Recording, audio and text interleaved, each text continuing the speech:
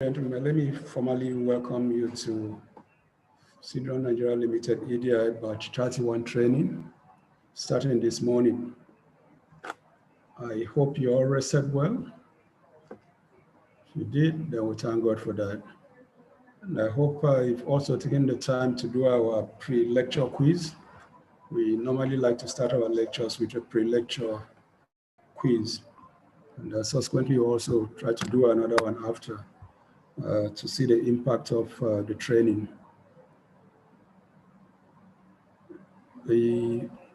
Our class this week is a little bit low because we believe because of the Easter week, not many people are showing up this week. And because of that, if you took your time to go through our joining instructions, you did see where we indicated that the lectures are normally for 5 days in a week. But for this week, we are compressing it to 4 days so that we end on Thursday to allow for people who might want to travel on Good Friday, which is a public holiday, to be able to travel. We don't want to hold you down or constrain you from your trip or from your arrangements, the arrangements you are making for the Easter break. So we normally we take a topic a day, but on Thursday we'll take 2 topics so that we'll be able to run it up. Okay? So I hope you did take your time to go through that. And then secondly, I hope you've also been able to see the timetable which we provided for yesterday. Remember that Abdullahi Mohammed kept calling, sending messages that he couldn't open it. I hope you've been able to open the timetable now, and you were able to see for yourself what we have, the topics that we have for the week's training. If you've been able to do that, then of course that's great. All right, having said that, let me formally welcome to this class. We are starting, it's an entrepreneurship training, as we did indicate in the joining instructions, a 5 days entrepreneurship training, which nice microfinance insists should be one of the conditions, mandatory conditions you have to undertake before assessing their loan. And then the second one, of course, is business plan. You have to also develop the business plan for you to be able to be considered for the loan. I notice most of you have already paid for the two assignments. So we'll see how we'll handle that one for you as early as possible. In the course of the week, we'll send you the forms. We'll send the forms to the business plan processing forms to your WhatsApp account so that you can complete, download, and then return to us. All right, so having said that, we are starting the program for today with entrepreneurship. Entrepreneurship is a topic for today. We are laying a foundation for the entire training for the week. And normally we like to start with this teaser, which you find on the screen. It's a picture of an elderly gentleman or young lady giving her some candid advice that if your salary is your only source of income, you are one step away from poverty. Essentially telling her that, advising her that it is important to have multiple sources of income. Don't depend on only one source of income.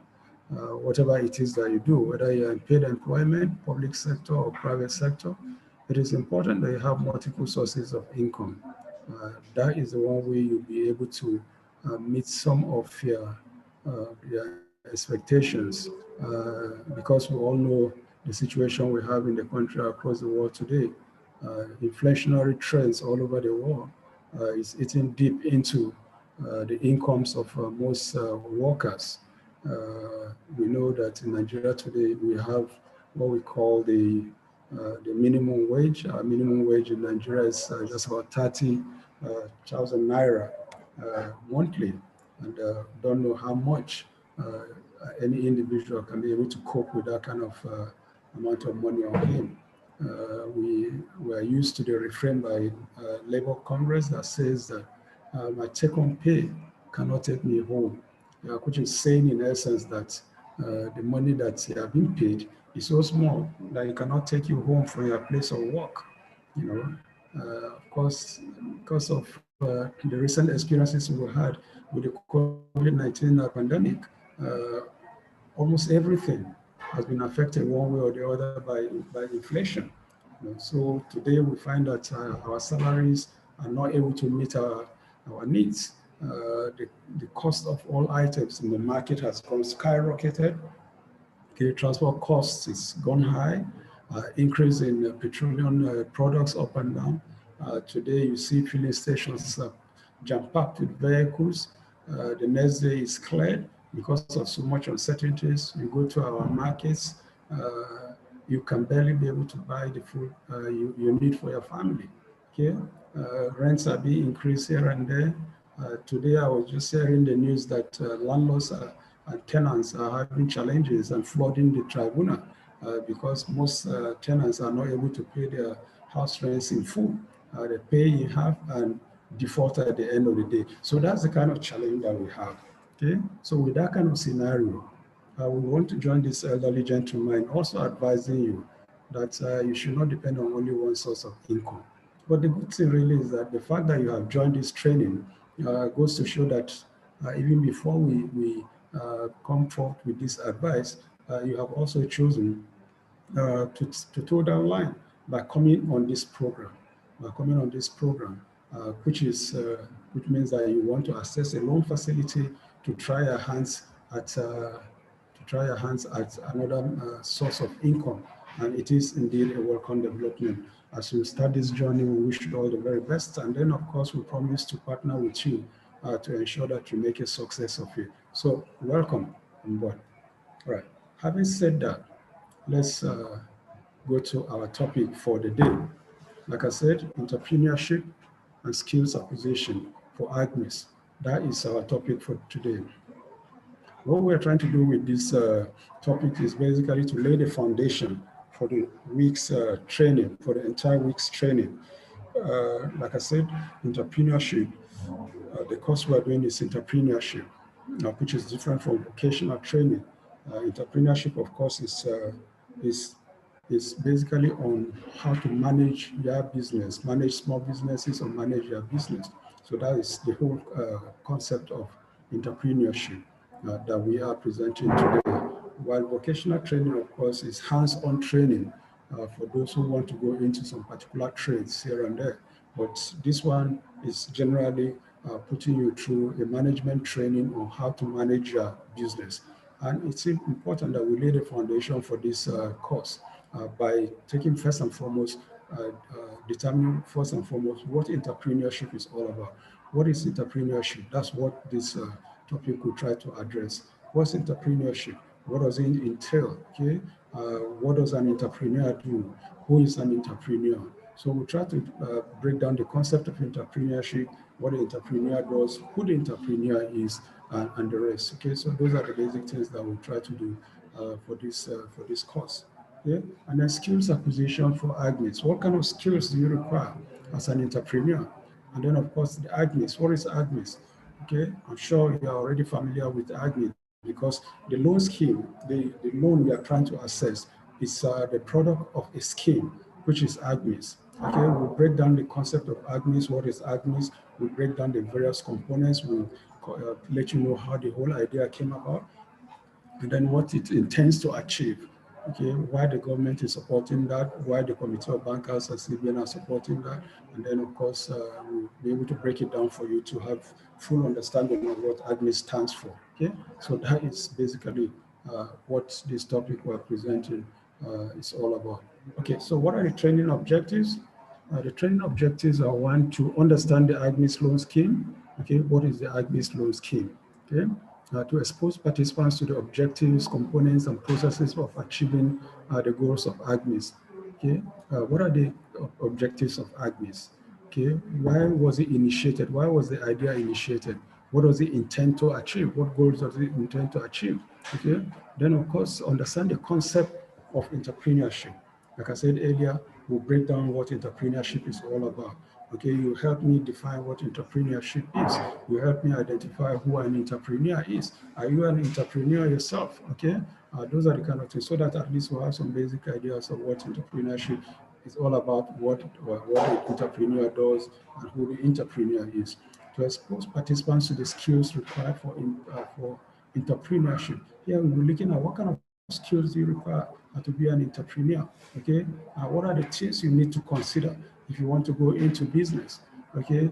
What are the sources of resources and funding that you require to go into entrepreneurship? These are the kind of things that we'll be looking at under this objective. And then to prepare participants for a life of entrepreneurship. Okay, entrepreneurship is, if we take an example from athletics, there is what we call the 100-meter dash, which is a short race, and then of course the marathon. Okay, if you compare that one, if you bring that one concept into what entrepreneurship is, the life of an entrepreneur is not a 100-meter dash, it's not a short race. It is not.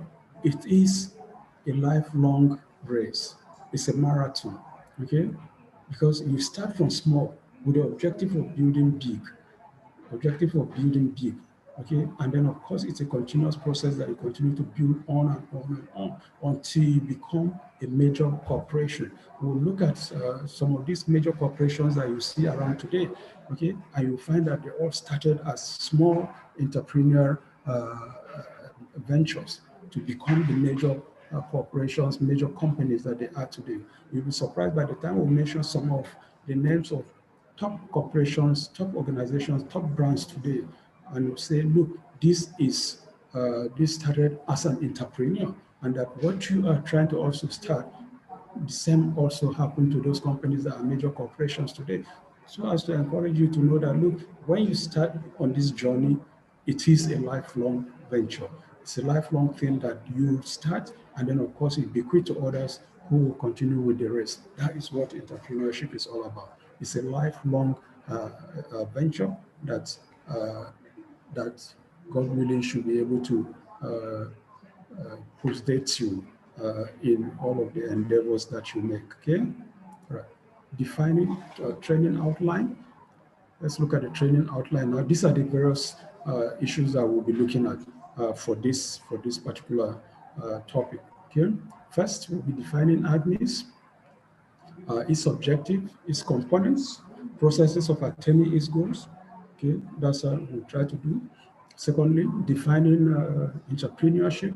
We'll define what entrepreneurship is all about. The third outline, topic on the outline, types of businesses and vocational skills. What are the types of businesses and vocational skills that we have? Hurdles in the path of starting a small business, then sources of funding of small and medium enterprises. What are the sources of funding small and medium enterprises? You are in a training today because you want to access a facility, and that is one of the sources of funding. Then we'll be looking at some other sources of funding of the business, okay? Your small business. All right, so let's start with defining Agsmeis. We'll start now with defining Agsmeis.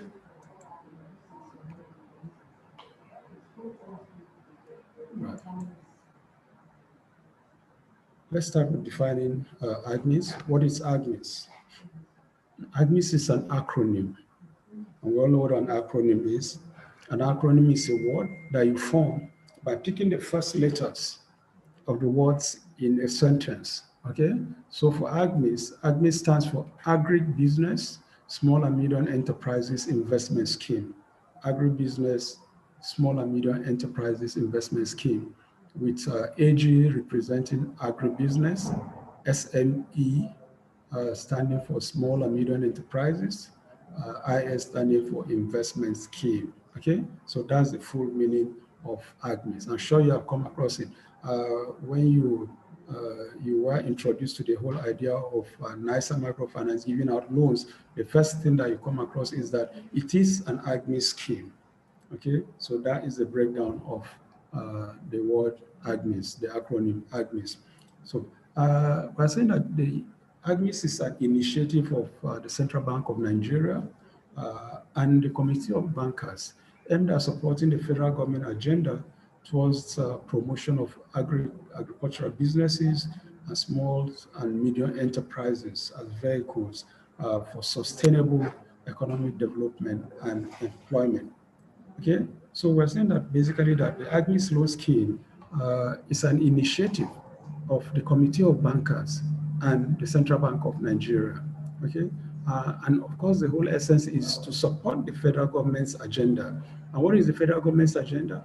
Federal government's agenda is the diversification of Nigerian economy towards agricultural businesses and small and medium enterprises. This is as a vehicle, they see this as a vehicle for sustainable economic development and employment. Why is the federal government, why is the Committee of Bankers doing that? The National Microfinance Bank, let me give a little background to that. The National Microfinance Bank is owned by the Central Bank of Nigeria, which has 40% shares in the bank, and then the National Microfinance Bank, and then the Committee of Bankers, which has 50% shares, and then Post Office, NIPOST. NIPOST has 10% shares. And NIPOST shares are represented by the office space that it provides for National Microfinance Bank in its various branches across the entire country. NIPOST is designed in such a way as to have an office in each of the 774 local government areas. Okay, so in each local government council you go in Nigeria, there is a NIPOST office. And in each of these NIPOST office, it's expected that there will be a branch of National Microfinance. There will be a branch of National Microfinance Bank. Okay, so the whole idea is that National Microfinance Bank, as much as possible, is aimed at providing banking services in the rural areas of the country. Okay, we will know that our rural areas are highly underbanked. If you go to most of our rural areas today, the most thriving kind of business that you find is the POS services.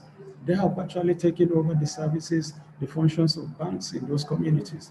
But all they do is assisting you to transfer money or cash some money on you. But in terms of providing you with savings facility, assessing loans, and those kind of services that your bank is expected to provide, they will not be able to do that. They are simply platforms for quick exchanges that of course the banks transcend. Okay, so it is expected that the National Microfinance Bank should be able to fill the gap which most of the commercial banks in the country are not able to provide because they limit their activities to the city centers and then the major towns in the country.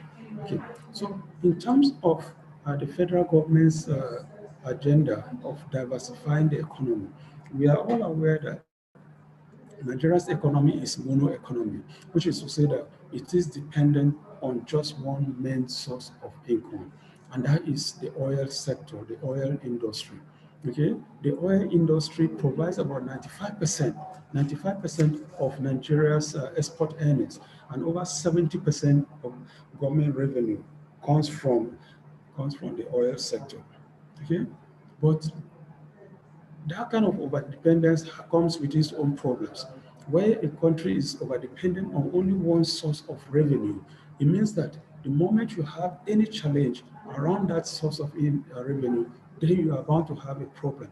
And that's the kind of challenge that we keep having. In the last 2 years, Nigeria has gone in and out of recession more than twice. And all of that is as a result of the oil industry, the oil sector running into one challenge or the other. Of recent is the coronavirus pandemic, okay? And because the oil sector was hit seriously by the coronavirus pandemic, Nigeria went into recession. We're all aware that last year, 2020, between March to all the way to June, July, okay, the entire world was shut down. Most of the industries across the world were shut down.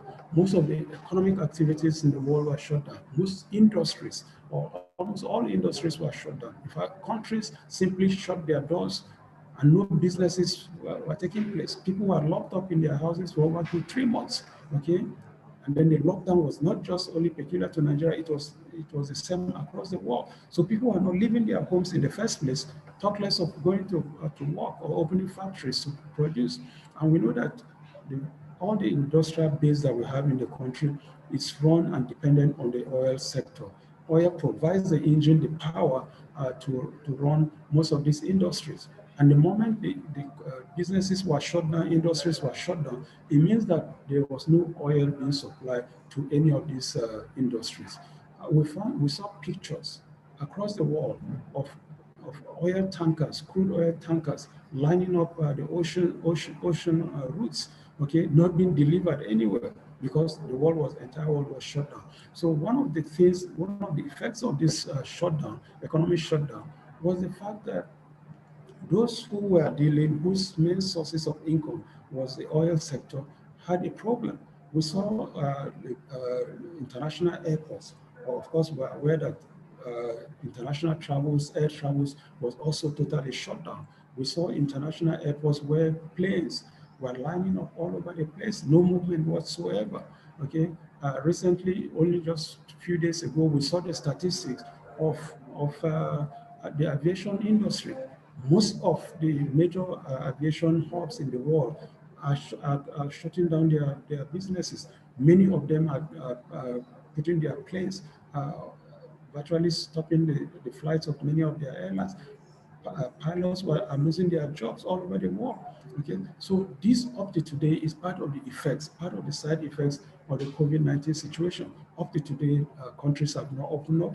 Countries are still experiencing a second, third wave of the coronavirus pandemic, and travels is still as limited as you can imagine. So because of this situation, countries like the OPEC countries that are reliant and dependent on the oil sector are major hits in this matter. Okay, they are not able to, as it were, able to access the oil industry. They are not able to access the resources, which is the main source of their own income. And as a result of that, because of this kind of situation, countries that have not started doing so are beginning to look in another direction. Okay, and we are all aware that the UAE, for example, has as its main source of development the oil sector. But today, if you go to a country like Dubai, like Abu Dhabi, most of the UAE countries, they are moving away, as it were, from the oil sector into tourism and into other sources of income. And that is the kind of thing that the federal government of Nigeria is looking at. It's trying to move away from over-reliance on oil and moving into the agricultural businesses and SME as the main source of economic development and then of employment. People have lost jobs as a result of the COVID-19 situation. As the industries are shutting down, commercial activities are shutting down, so also are people losing their jobs. And then, of course, as people are losing their jobs, so also is employment issues. Young men and women who are finishing school are not being able to be employed because of this kind of economic downturn. Okay, so the one way, the initiative that the Committee of Bankers and CBN is looking at is how do we assist the government to achieve the goals of diversification, to be able to boost the economic development of the country, and then, of course, employment generation among the people who are losing their jobs and our young men who are not able to find employment. Okay, by setting up the NASA Microfinance Bank to be able to give out loans, it is the hope of these two organizations that they will be able to provide loan facilities for people to become self-employed and be able to employ others, and then, of course, to be able to boost the agricultural businesses and then the SME enterprises, which are major sources of activities in this respect. Okay, so all right. So what's the objective of Agsmeis? Let's look at the objectives of Agsmeis. First and foremost is to ensure that small and medium enterprises have access to finance. Small and medium enterprises have access to finance. That is one of the main objectives of Agsmeis. Is it running on YouTube? It's not. I can't see where it says. First and foremost, main objective of Agsmeis is to ensure small and medium enterprises have access to finance. Okay, because like we said, one of the major problems and challenges that people who want to, entrepreneurs and people who want to start their own businesses have is having access to finance. Okay, it's a major challenge in that area. And that's why some of you are on this program today. You want finance, you want funding to start your own business, and you find it hard to access that.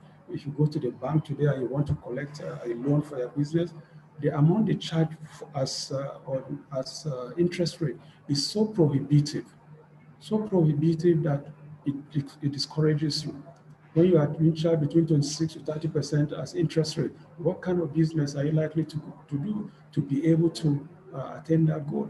Okay, so one of the things that this Agsmeis loan scheme seeks to do is to be able to provide easily accessible finance for those who want to go into their own businesses. Okay. Secondly, to generate the much needed employment opportunities in Nigeria. I've just given a scenario. I say in the course of this COVID-19 situation, pandemic, where the entire industries are shut down, most of the industries, you take the example of banks, for example, we've seen bank branches being shut down because of lack of activity. And in shutting down the branches, instead of deploying the staff to other branches, what we find happening is that the staff in those branches are also laid off. And that is not just the bank, the same with most of all these industries that shut down. They laid off most of their staff, leaving only those essential workers who are maybe running the machines to keep them at least in top form in case productive activities start.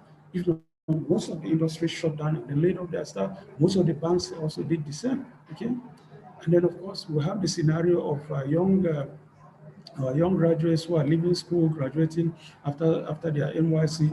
Many of them are stay at home 5 to 6 years without any form of white collar employment. Okay, so because of this situation, the Agsmeis loan scheme seeks to be able to provide financing for those who are losing their jobs and those who are unemployed to be able to start their own businesses. That is one of the main reasons, main objectives of the Agsmeis loan scheme. Then to boost the managerial capacity of agribusinesses and SMEs as pipelines of growing enterprises that can become huge corporations. Okay, like I said, by the time we are done with this course for this week, you will be exposed to how to manage your own business. It provides you managerial skills, managerial capacity on how to manage your businesses. Apart from this topic, which we'll be looking at entrepreneurship, the other topics we'll be looking at in the course of this week are things like feasibility studies and business plan, financial planning and basic bookkeeping. We'll be looking at sales strategies and effective marketing. We're looking at business laws and business law, how you register your companies, and then compliance requirements if you want to do business in the country. So by the time you are done with this training, you have been able to acquire some basic managerial skills to be able to manage your business. And that is one of the major objectives of the Agsmeis loan scheme. And then to develop agricultural value chain and ensure sustainable agricultural practices. Now, when we talk about not just the agricultural value chain really, but SME value chain as well. Okay, when we talk about agricultural value chain, we're not just looking at just one segment of agriculture. When we talk about the value chain of agriculture, it encompasses a wide range of areas. Okay, ranging from first and foremost the crop farming. For crop farming, we are looking at things like mechanization, you are looking at the seedlings, fertilizers provision, you are looking at the marketing, you are looking at the processing. That is the entire value chain of agriculture. So agriculture is not just crop production, but it's a whole gamut that starts from the crop, okay, to the provision of implements, fertilizers, seedlings, and the rest of those equipment, and then of course to the marketing of the agricultural produce, and then to the processing, which are key to any agricultural development. Because if all you do is to cultivate, is to develop the crops, and then of course just send it to the market, then of course you're shortchanging yourself. Every agricultural business today is all encompassing. Okay, you want to also process, you want to add value. Okay, and that is the only way that you'll be able to earn substantial amount of money from that agricultural practices, and that's why the Agsmeis loan scheme is such an important component of the development of agricultural businesses. Okay, right. So let's look at the components of Agsmeis now. We'll break down Agsmeis now, what Agsmeis entails. So components of Agsmeis. We had defined Agsmeis as comprising agribusiness, small and medium enterprises as a vehicle for economic development and employment. That's what we say Agsmeis stands for. So let's break it down and look at the various components. First and foremost, agribusiness. What's the agribusiness? Agribusiness, we'll now look at the agribusiness component of Agsmeis. In 2019, agriculture contributed 21.91% to Nigeria GDP, surpassed only by industry at 27.38% and services at 49.73%. This is as at 2019. In 2020, fourth quarter of 2020, NBS came out with statistics that says that agriculture contributed over 30% to Nigeria's GDP. Okay, 30% of Nigeria's GDP. That is what it was as at last year. Okay, which of course has carried into this year. And this year's own figures are bound to be much bigger than this, because we know of the kind of productive activities we have just seen in the sector. Okay, so although Nigeria depends heavily on oil, we have just said that Nigeria derives about 95% of its export earnings from oil.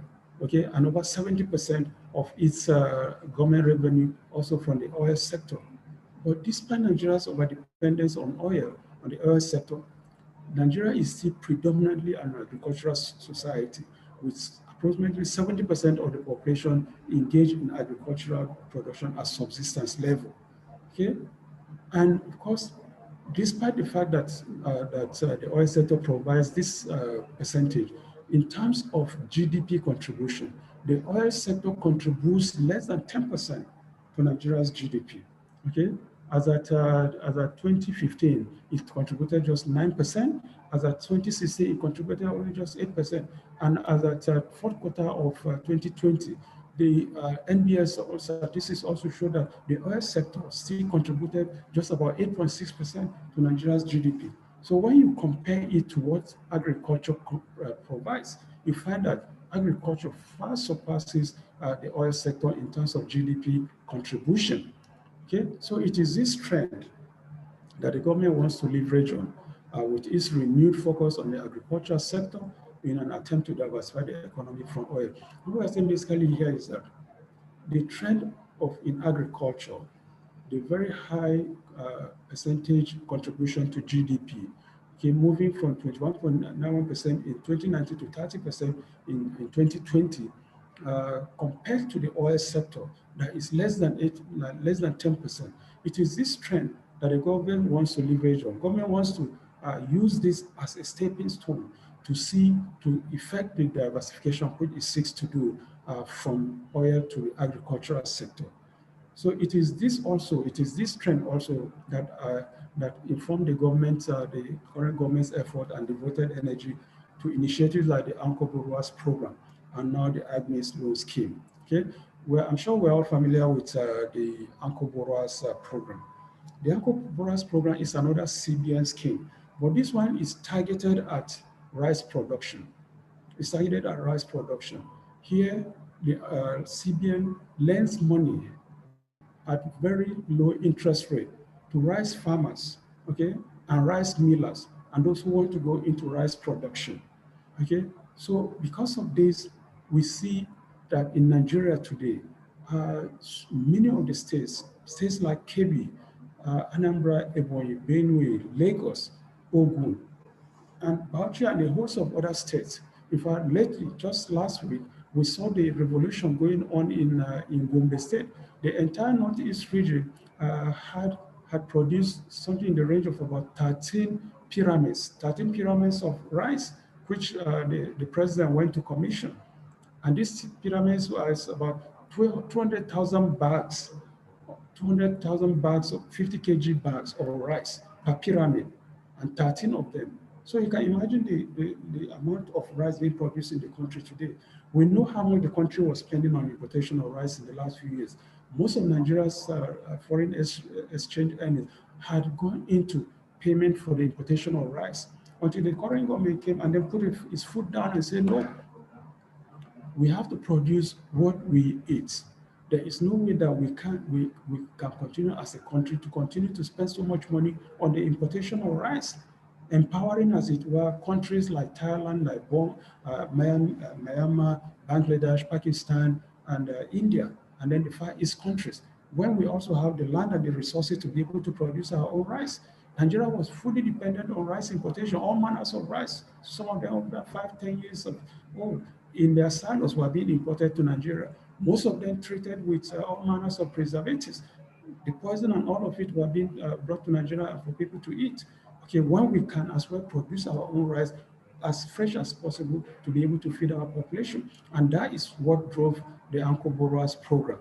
And today, because of that government policy, today Nigeria is the largest producer of rice in Africa, and then of course the 8th largest producer of rice in the whole world. Sooner or later, Nigeria also, apart from being able to meet all its rice expectation, should also be in the process of exporting rice to other countries. So when you see programs like, when you see 13 pyramids of rice being commissioned across the various countries, then you know the impact of the Anchor Borrowers program. And now also the Agsmeis loan scheme is directed along the same line. So now later we'll also be talking about people who have taken the loan facilities from the Agsmeis loan facility, who have gone into agricultural services, being able to also showcase their own productive activity. And that is the aspiration and then the goal, of course, of the government. So this drive, that is the drive for agricultural businesses, is a recognition of the contribution of agriculture to economic growth and development in providing food to the expanding population, increasing the demand for industrial products, providing local foreign exchange earnings for import of capital goods, increasing social income in providing employment and improving the welfare of citizens. So what I say here basically is that the whole push for agriculture, the whole push for development of agricultural businesses and expanding the frontiers of agricultural business is in recognition of what it is doing to economic growth and development. Okay, in providing food for the expanding population. I just talked about Nigeria spending so much money on importation of rice. There is no way any country can depend on importing food for its population. Nigeria's population is about 206 million today. And it is unimaginable that we will continue to import food to meet the food requirement of this number of people. Where are we going to get the money from? And of course, the moment you begin to depend on any other country for your survival of your citizens, their food requirement, then of course you know that you have committed one of the grievous offenses you can ever think about. Because what you are doing is exposing your people to all manners of problems down the line. Because when you don't have food security, when we talk about food security, this is the implication. When you don't have food security, when you are not able to feed your population, it means anybody can hold you to ransom. All they need to do is simply to refuse to export that food which you require to your country. And then, of course, they are brought to your knees. If we continue at the rate we are going, and Thailand one day wakes up and says, no, we are not going to supply rice to Nigeria again, then, of course, you know we are in the problem.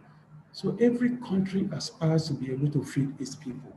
A country that is not able to feed its people, of course, it's like a household where the family is not able to provide for the needs of their entire family. And we know the kind of problem that family is bound to face.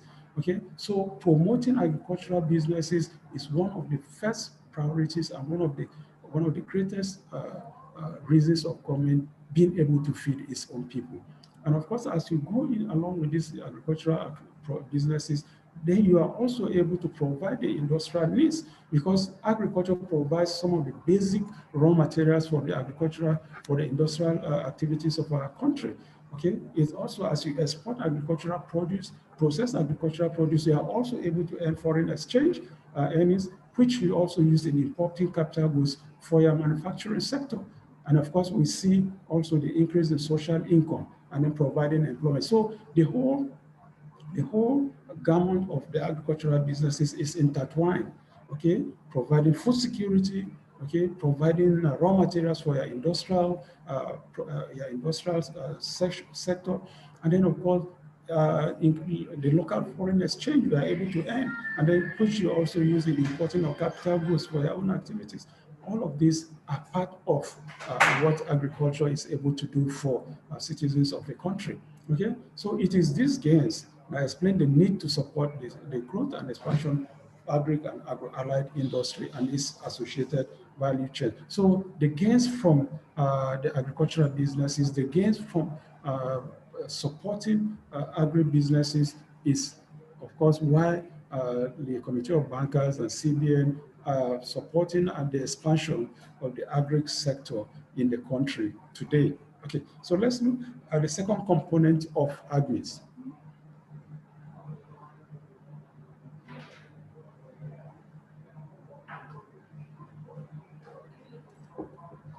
So let's look at the second component of Agsmeis. We have looked at the first one, which is agribusiness. The second component is this SME, the SME component, which is the small, of course, we all know SMEs. SME is the small and medium enterprises. So what is the SME sector? The SME sector is the backbone of major developed economies as well as important contributors to employment, economic and growth and export growth in the world. Mark this sentence. It says that the SME sector is the backbone of major developed economies, not developing economies. So, and of course, what are the major developed economies of the world? The United States, the EU, and then of course China. These are the major developed economies of the world. And then of course, when you say the SME sector is the backbone of the developed economies, we are looking at what the SME does to these major developed economies, not the developing economies now. If the SME sector is the backbone of major developed economies, then you can imagine what it entails for the developing economies. So what it's saying basically is that most of the major corporations that we know today in the developed world started as SMEs. I always like to give the example of Apple, for example. I'm sure we are all familiar with Apple, the Apple products, Apple Corporation, Apple Computers, and the rest of those things. Today, when we talk about Apple, most people, their minds don't go to the apple as the fruit which you eat. The moment you mention Apple, within the economic environment today, you are talking about Apple Corporation or Apple Computer, the conglomerate that we simply call Apple today. Apple simply has become a brand. You don't even have to say Apple Computer or Apple phones and all of that anymore. You simply say Apple. It simply means you are talking about the corporation. Apple started as Apple Computer, okay? Then it went to Apple Corporation, but today it is simply Apple. To show you how the progression, how it started as as an SME to becoming a major corporation and a world-class brand today. Today, Apple Corporation, Apple is a $21 trillion industry. $21 trillion industry. Nigeria as a country, our entire revenue base is about 448 billion. Or a corporation, just one company, Apple, is a $21 trillion revenue earning industry. So you can compare just one company and a whole country. So that is what the SME sector is all about. If you talk about Microsoft, Microsoft also started as a software company, okay, in the garage of the parents of Bill Gates. But today, it is a major corporation world over, a multi-billion-dollar corporation with Bill Gates as one of the richest people in the world today. And it started as an SME. If we look at it, we talk also just of recent, just at 2004, a young man, Mark Zuckerberg, started the Facebook. Today, started the Facebook in the dormitory of Harvard University, his Harvard University dormitory.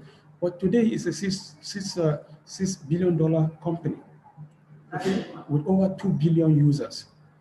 These are started as SMEs, which today are the backbone of their countries. If you talk about Huawei, The IT giants in China. Huawei today is in the forefront of the 5G telecom push. But we all know that also Huawei started as a small corporation. We talk about Alibaba, which is Alibaba also in China, which is also rivaling Amazon, the online trading companies.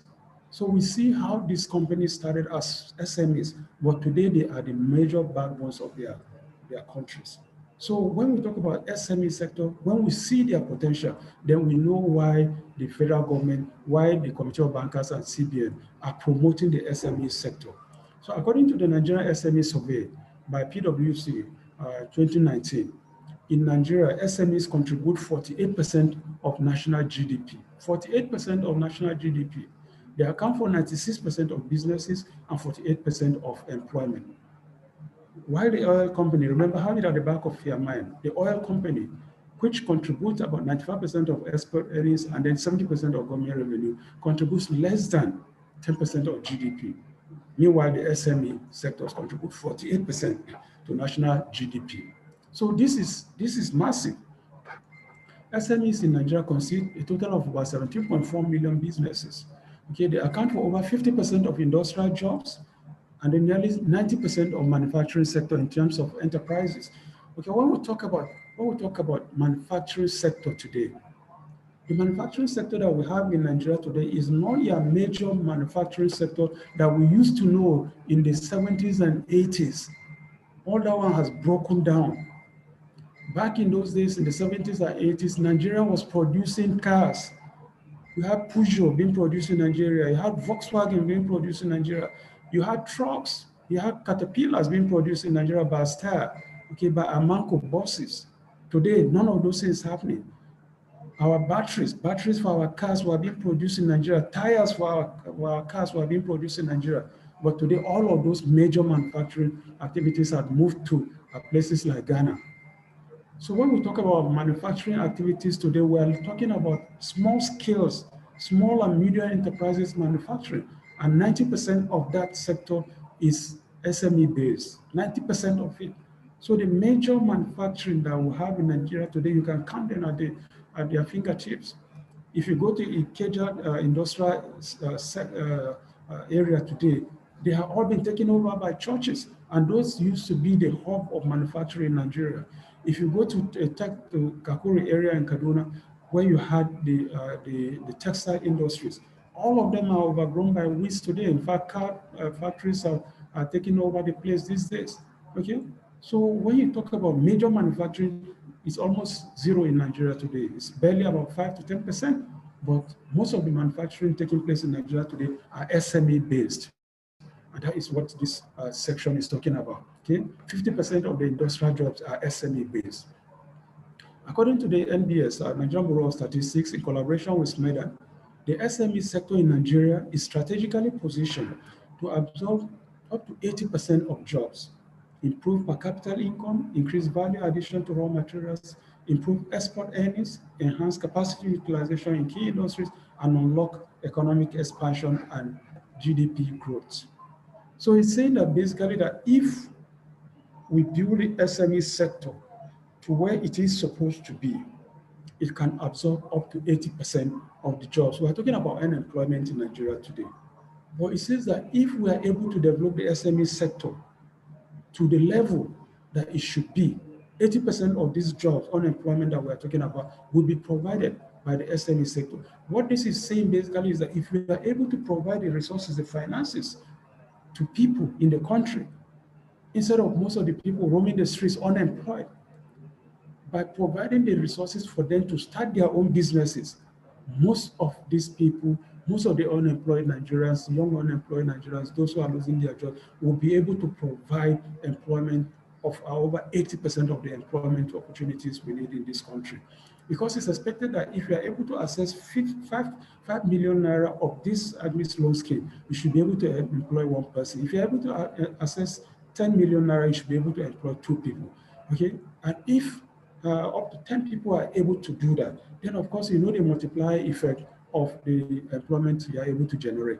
That is the whole essence, and that is why the Committee of Bankers and CBN are pursuing this goal of assisting the government in diversifying the economy to the extent that they will become the major hub and then the drivers of employment in Nigeria today.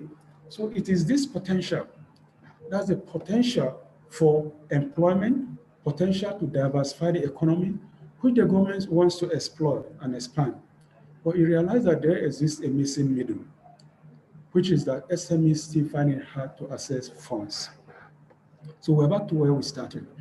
The government realized that, look, if we are able to expand the frontiers of agricultural businesses, expand the frontiers of SME, then of course we'll be able to achieve the goals of diversification, achieve the goals of economic growth and development, achieve the goals of employment generation. But you realize that there is a problem. And what is this problem? Access to funds. SMEs find it hard to access funds. People who want to go to agricultural businesses find it hard to access financing. That is what it calls the missing middle. So the Agsmeis loan scheme is government's response and solution to the missing middle.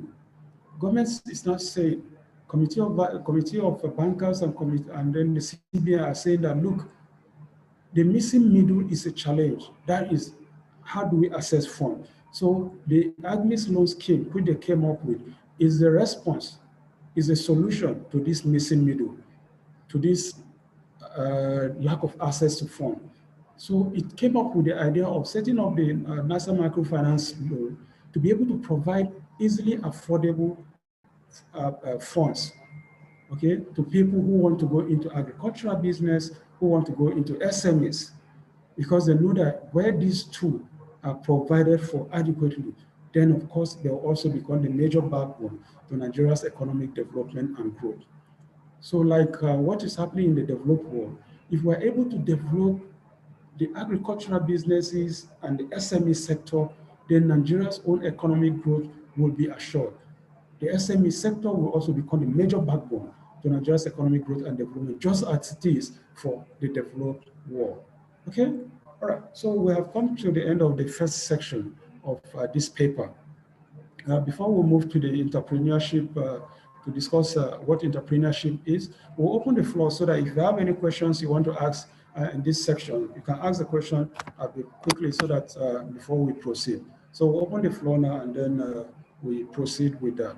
Okay, so let's take your questions if you have any.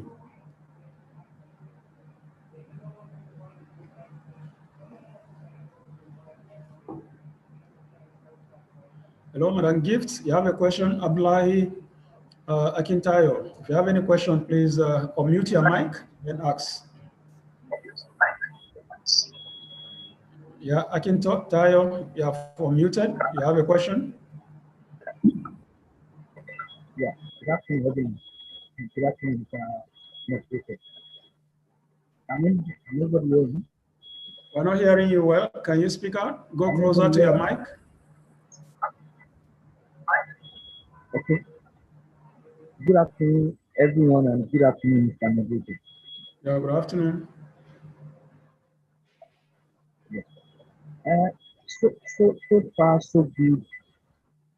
The component and the outline of the course is aimed towards making sure things that are looking to move into agriculture and other businesses are given their way. Can you hear me, sir? Can anybody hear me? Yeah, barely hearing you. It's a bit faint. Okay. That means I will need to get my earpiece. I will need to get my earpiece. So in the meantime, if someone wants to get the camera. All right. I will need to take my earpiece. Okay, go ahead. Abdullahi, Gift, any questions?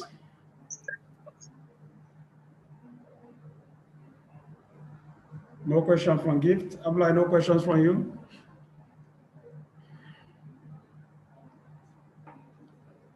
All right. While we wait for Akintayo. The next section is entrepreneurship. So let's think about it. You help me go to our chat room and help me define what is entrepreneurship. We'll continue from there. What is entrepreneurship? Type your response on the chat box, okay? Before we proceed, while we wait for Akintayo to ask his question. What is entrepreneurship?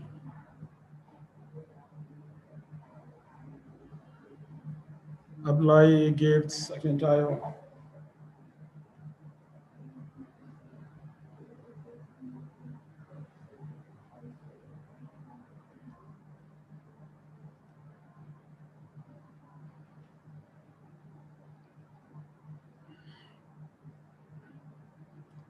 All right, well, there's no question. I think we'll go back to our class, then continue from there while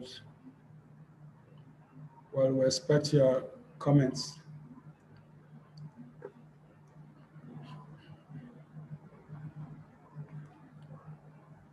What is entrepreneurship? Let's go to the chat room and then help me define entrepreneurship. Go to the chat room and help me define entrepreneurship. You say it's streaming live on YouTube.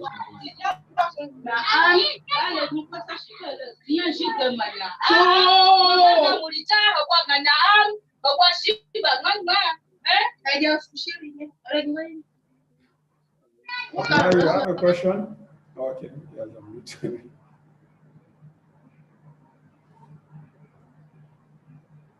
What's entrepreneurship?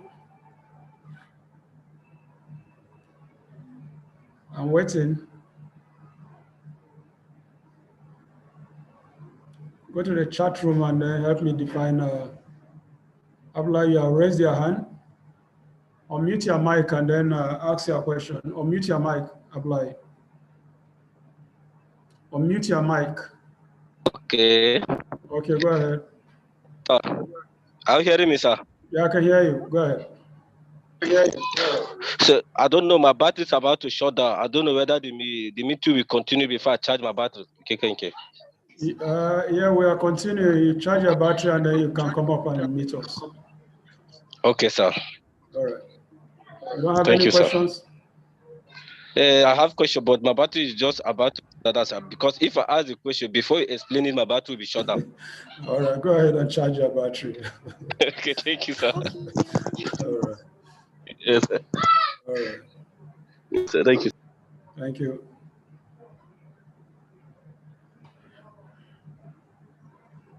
All right, nobody's responding. Nobody's helping us define entrepreneurship. All right, so let's continue. What is entrepreneurship? What is entrepreneurship? Right. You can see on your screen the definitions that we have of entrepreneurship. Entrepreneurship is the process of starting and running a business enterprise. So anytime you start a business, you start running a business, you start a business, you are into entrepreneurship. It involves investing capital in resources like people and in development of products and services to create commercial enterprise and viable enterprises. It is the capacity and willingness to develop, organize, and manage a business venture, along with any of its risk in order to make a profit. So any moment you start a business, start running any business, you come up with any business, you are willing and ready to invest your money, capital, in resources like people. People are resources, okay, for the development of products and services to create an enterprise is entrepreneurship, okay? Anytime you are ready to invest, to put your money in any project, in any enterprise, so as to be able to make profit, okay? That is entrepreneurship, okay? So profit making and risk taking are all components of entrepreneurship. Your willingness and your ability to put your money, your resources, okay, in people okay, in labor, to be able to produce items and services, and then to be able to, with the sole aim of making profits, and then their willingness to take the risk. That is entrepreneurship. Okay, so those of us who are on the program today, I'm sure have an idea of what that you want to go into some line of business. You might maybe want to go into fashion and design. Maybe you want to go into poultry farming. You might want to go into crop farming. All those are business enterprises that you want to go into. So you are willing to put your money, okay, into these activities, of course, with the aim of making profits. And then, of course, that you know there are risks involved in it. That is all part of what we call entrepreneurship, okay? There is a profit motive, and then there is the risk that come with it. But you are willing to take that risk by putting your money and resources in that. So anybody who is willing, who is starting any business, running a business enterprise with the aim of making profit, and then of course taking the risks that come with it, is into entrepreneurship. Okay, so the most obvious example of entrepreneurship is starting of new businesses. And what is the entrepreneurial spirit? This is characterized by innovation and risk taking, and it's an essential part of a nation's ability to succeed in an ever-changing and increasingly competitive global market. The world is a global market. What I say here is that the world is a global market, and businesses all over the world want a pie of that market, want a chunk of that market. So what they do is that they come with innovations and are willing to take risks all over the world to be able to gain some aspect, to gain a little pie of that market. Okay, so you find a competition today between the US and China for international markets in Africa and the rest of the world. It's all part of the entrepreneurial spirit, okay, which is driven by innovation and then risk taking. There are risks to be taken, okay, but if you are able to push that risk, of course, there are profits to be made. Okay, so you find that entrepreneurs in any given country comes up with this kind of innovative activities, and then is willing to take the risk backed by that country, backed by the citizens. So when we talk about competition between the US and China, it's actually the Chinese companies, their citizens, that their countries are backing in order to make inroads into this global marketplace that is available for them. And it's not just the US, the EU, and China. In Africa, the same thing is going on. We find our Nigerian enterprises, okay, the Dangote, for example, who has over 12 cement companies across Africa. The Glo, for example, competing with MTN, Airtel for a pie, for a piece of the African market, okay? All of this. In the banking sector, Nigerian banks are taking over virtually the entire of the West Coast, and they are buying banks in East Africa and in Southern Africa. Just in today's papers and yesterday's papers, one of major Nigerian banks is buying up a major banking industry, in banking outlet in South Africa. All these are competition, and it is driven by innovation, and it is driven by risk taking. So it is the entrepreneurial spirit that drives all of these businesses of countries, of business people in various countries trying to get for themselves a little bit of the global marketplace. Okay, so that is what the entrepreneurial spirit is all about. Okay, so who is an entrepreneur? Who is an entrepreneur? Who is an entrepreneur?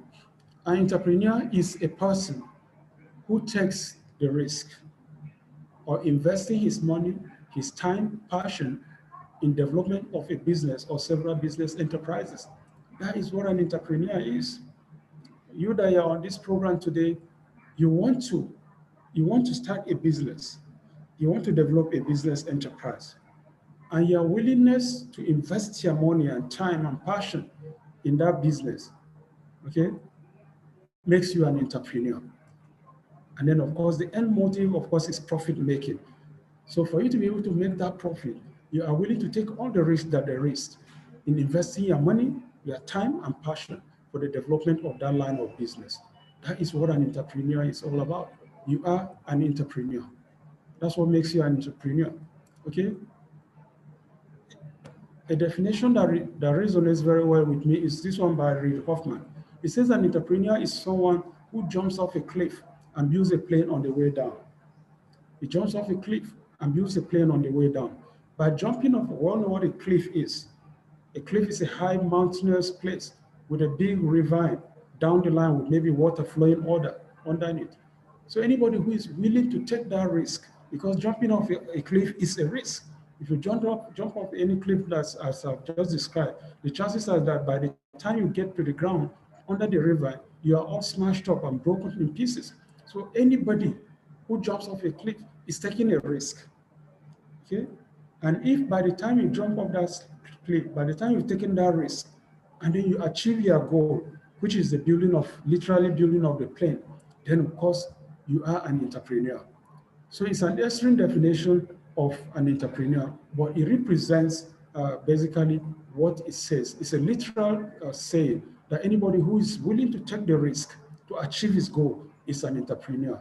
Anybody who is willing to put his resources, his money into any venture, and at the end of it to achieve the goal that he has set out to, is an entrepreneur. Okay, so that's a very, very touching definition by Reid Hoffman. And one of the people that actually represent Reid Hoffman to me, Reid Hoffman's definition to me is the Wright brothers. You can see their picture here and their aeroplane. Okay, the Wright brothers are the people that started what we know as aeroplane today. The current aeroplane as we know it today started as this contraption that you can see here by the Wright brothers. By 1903, 1904, 1905, the Wright brothers started the whole concept of aeroplane. They said that they believe that one can construct an object that will fly in the air to be able to go from point A to B within the fastest possible time, crossing the oceans and delivering people across the world. And the people laughed at them. They were scoffed at. People laughed at them that it was not possible to build any metallic object with massive metallic object to be able to fly in the air. And then, of course, they were able to prove the doubters. They were able to prove the doubters, okay? When they started, they didn't believe them. In fact, out of annoyance, that's in the US, out of annoyance, they went over to France, where they had some followership. And that is where they perfected their plane. Today, we're all beneficiaries of the ingenuity, the determination, the vision of the Wright brothers. Today, we are able to fly in massive jumbo jets that fly people from a place like Nigeria to the UK in 8 hours, in 6 hours, 8 hours. You are there in the US, flying 21 hours across from the west coast of US to Hong Kong and places like that. That is the vision of the Wright brothers, and that is what entrepreneurs are all about. They took the risk. In fact, the first plane crash involved one of the Wright brothers, the Orville Wright, who was the first person to crash his plane. Of course, somebody died in the process, but that didn't deter them. They still proceeded with their experiment until they perfected what we have as aeroplane today.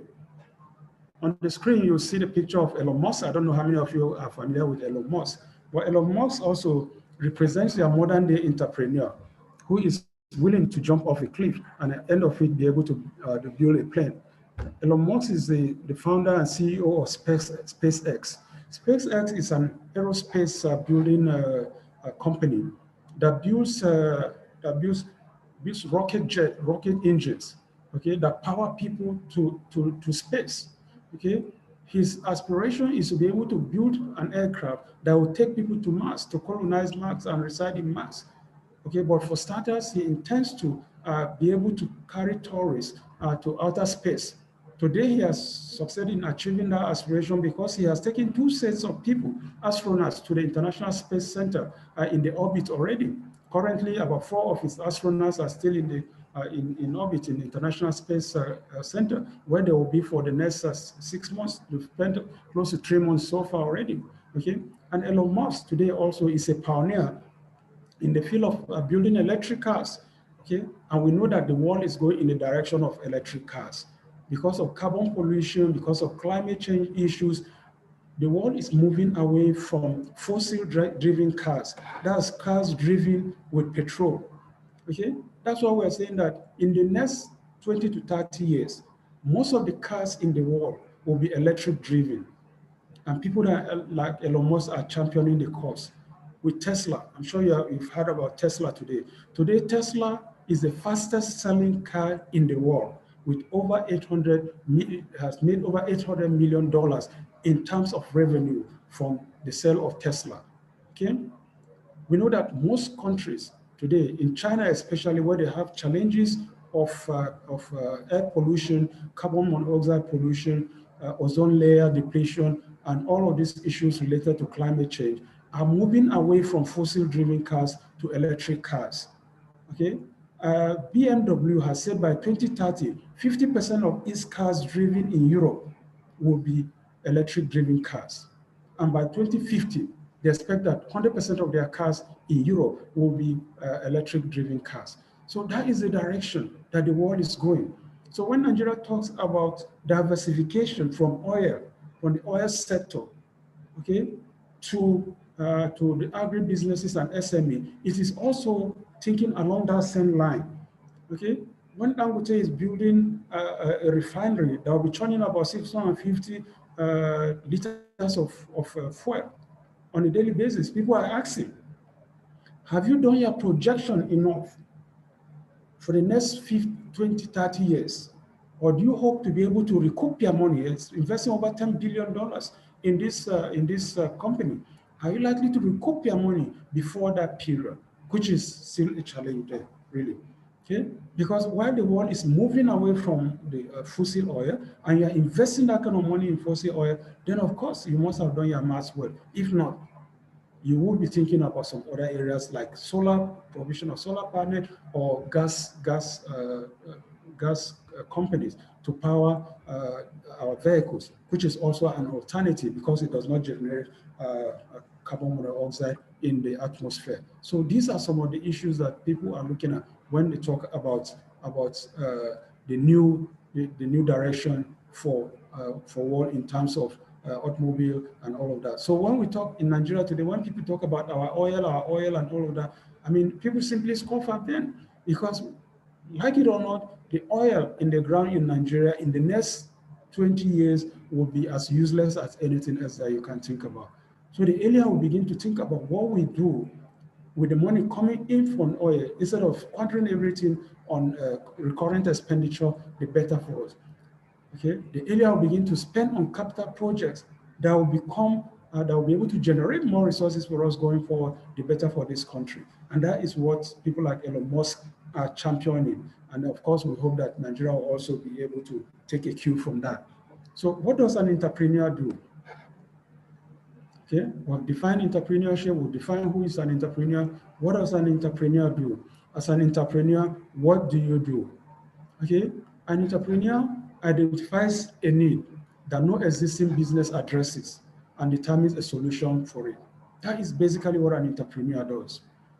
You want to go into business today, you must have noticed that there is an existing gap. There is a vacuum within your community, within your environment, which you want to provide solution for, which you want to fill. If you are able to develop that solution for that gap, then of course, you have done what any entrepreneur is expected to do. I'd like to give the example of an individual who comes to an environment and finds that people are drinking water from a stream, okay, from a river in the community. That is where they go to bath. That's where they go to wash. That is where they go to fetch water for their drinking purposes. That is where the people in the community take their cows and animals to drink. Of course, you know the kind of challenge this will likely have in terms of health challenges. Okay, and then he comes to the environment and say, why are people in this community drinking water from the stream? And then he decides to sink a borehole for people to be able to source their drinking water. That is providing a solution to an existing problem. Okay, that is an entrepreneur. That's what an entrepreneur does. He finds a vacuum, he finds a big gap, okay, an existing gap of a particular need, and then he's able to provide solution for it. That is what an entrepreneur does. Okay. So entrepreneurial activities, including developing and launching new businesses and marketing them off, often with the goal of selling the business to turn into profit. All that are additions. But basically, bottom line is an entrepreneur is one who identifies an existing problem and then provides a solution for it. That is what an entrepreneur does. So for you who are in this program today, you've seen a problem within your community and you are able to provide a solution for it, that you are an entrepreneur. Pure and simple. Okay. Examples of successful entrepreneurs. Let's give some quick examples of successful entrepreneurs. People like Steve Jobs. Okay, Steve Jobs and his friend Steve Wozniak, they are the ones who started the Apple computer. I'm giving an elaborate example of the Apple computer, which we simply identify as Apple today. And they started as a small business in the garage of their parents' home. Today, like I said, it's a $21 trillion company. Sorry, $2 trillion company with the dominant presence across the world. It's a brand today, okay? And part of its services include the tablet, okay, their smartphone, the iPhones that we know about, the iPads, the iWatch, and all of those. All these are part of the products of Apple, okay? Bill Gates, I've given the example of Bill Gates. Bill Gates, he is the creator and founder of Microsoft, one of the world's richest persons today. Elon Musk, of course, I talked at length about Elon Musk, who is the founder of SpaceX, an aerospace and rocket manufacturing company, and also Tesla, an electric car and solar products company that is championing the cause of diversifying cars from oil today, fossil oil today, to electric cars. That is what they are doing. These are successful entrepreneurs that we know in the world. We see their pictures here: Steve Jobs, Bill Gates. Then, of course, we have Mark Zuckerberg, whose example I also gave just now. He's the co-founder and owner of Facebook. Okay, this one just started in 2004, a young man of about 33, 34. Today, he has a revenue base of over $6 billion. Okay, so that's a company that started in just in 2004, barely about 15, 16 years ago. Okay. All right, so Nigerian entrepreneurs, here are only examples of Nigerian, very successful Nigerian entrepreneurs. We have Tony Elumelu, Adenuga, Dangote, Tedola, Awoshika. These are all Nigeria's multi-billion-dollar entrepreneurs who are into various fields, made their names in various fields. Okay, Dangote, for example, is Africa's richest person with vast interest in cement, okay, in sugar, oil, and gas. Tony Elumelu made a fortune in banking, and today is leading the charge, championing the cause of building and empowering new entrepreneurs across Africa. On a year-to-year basis, it brings together young Africans who are interested in starting their own businesses and giving them seed money, ranging from about $5,000 to $20,000 to pursue their own dreams. We hope that in the next 10, 20 years, this crop of young Africans who he has supported will become the next generation of entrepreneurs that Africa needs, because that is the direction that Africa needs to go, okay? Exploring our own resources instead of the Western world coming and dominating our countries, coming and dominating Africa, taking away our resources while we have the manpower, the resources, and then the brain to be able to do the same in our own land. Okay, so this is an example of what Tony Elumelu's foundation does on a year-to-year basis, okay, becoming the next Tony Elumelu entrepreneurs. I want to believe that before this year runs out, because they've advertised to you, because of the COVID situation, he hasn't been able to do something similar in the last year. But hopefully this year they should be able to, as usual, bring together young entrepreneurs who will come to showcase what they've been able to do with the resources they have been given in the last 1 year. And then, of course, we provided new resources to pursue their goals, okay? All right, on our screen is the picture of another young entrepreneur. I don't know how many of you know him, but I saw somebody with one of his products on this platform just now, okay? The gentleman on the screen is Mr. Nnamdi Ezigbo. So Nnamdi Ezigbo is the CEO, founder and CEO of Slot Nigeria Limited. This is the founder of Techno and Infinix phone brands, one of the fastest selling mobile phones in Nigeria. Okay, Techno. Sure, you are all familiar with it. I saw somebody with a Techno with an Infinix brand just now. Okay, on the platform. Okay, so Nnamdi Ezigbo is the brain behind Techno. And his story is the typical Nigerian young graduate who on graduation went around like most young Nigerians looking for white-collar job. okay, after his NYC, but he could not find one. So what did he do? He joined a computer repair shop as an apprentice. Okay, and by the time he was done with his apprenticeship, he settled down to start his own business. In the course of doing that, he also migrated to selling cell phones. Okay, selling cell phones. In the course of doing that, he found that many Nigerians come into his shop, okay, carrying about 2-3 phones. So what he was, he found out instead of people carrying so many phones, why don't we construct a phone that can have dual SIMs? That's how the idea came. He approached a Nokia company. Nokia, Nokia is the cell phone manufacturing company, and they turned him down. They chose instead that, look, instead of producing one phone with double SIM card, if we produce more phones, at least we'll make more money in the process, which of course you cannot afford. Okay, but Ezigbo was not deterred. He met a young Chinese guy who had just left his work with a phone making company, and then floated the idea. The guy bought into it, and then to cut the long story short, they started producing the techno handsets.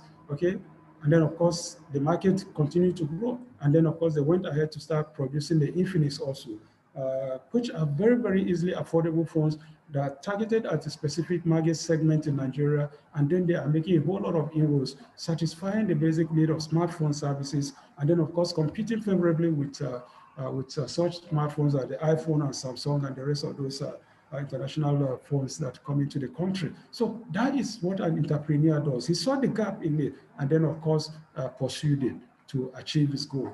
Okay, so let's look at types of entrepreneurship. Top 4 types of entrepreneurship. Actually, these types of entrepreneurship is derived from the work of Job Abraham. Job Abraham, in his book Entrepreneurial DNA, discovered that each entrepreneur is different by a different DNA. We know what the DNA is. The DNA is our genetic marker, the genome. Every individual has a different DNA. There are no two individuals, no two human beings or animals have the same characteristics. They differ, okay, because of their DNA. He found that the same can also be said about entrepreneurs, okay? Every entrepreneur is driven by a different kind of DNA. So in the process of his identification, he found that there are builders, okay, those who believe in building major empires and infrastructure. He found that there are innovators, those who are driven by passion for innovation. Then there are specialists. These are experts who bring expertise into their businesses, and then the opportunists, those who see existing gaps and vacuums in the community and an environment, and then provide a business to fill that gap. That is how he identified the different types of entrepreneurs in the world today. So for builders, for example, if you take the example of what comes out of South Korea, you find the typical example of what the building entrepreneurs are. Okay, when we talk about Samsung, for example, today, most instances people are likely to think that Samsung is about the handset. No, but it's more than that. The Samsung is a major empire, okay? A major empire involved in building massive infrastructures. So the Samsung is not just about the handsets, okay? It's also about household materials, household items. It's about electronics, okay? It's about electronics, about TVs, about refrigerators and things like that. It's about shipbuilding. It's about cruise shipbuilding. So all of this massive infrastructure that you see, most of all these oil tankers that you see come out of South Korea. That is where the entrepreneurs in that area believe in massive construction of items, and the industry is driven by building empires. The innovator, people like Mark Zuckerberg, for example, are innovators. Okay, they are driven by the passion to create, to produce.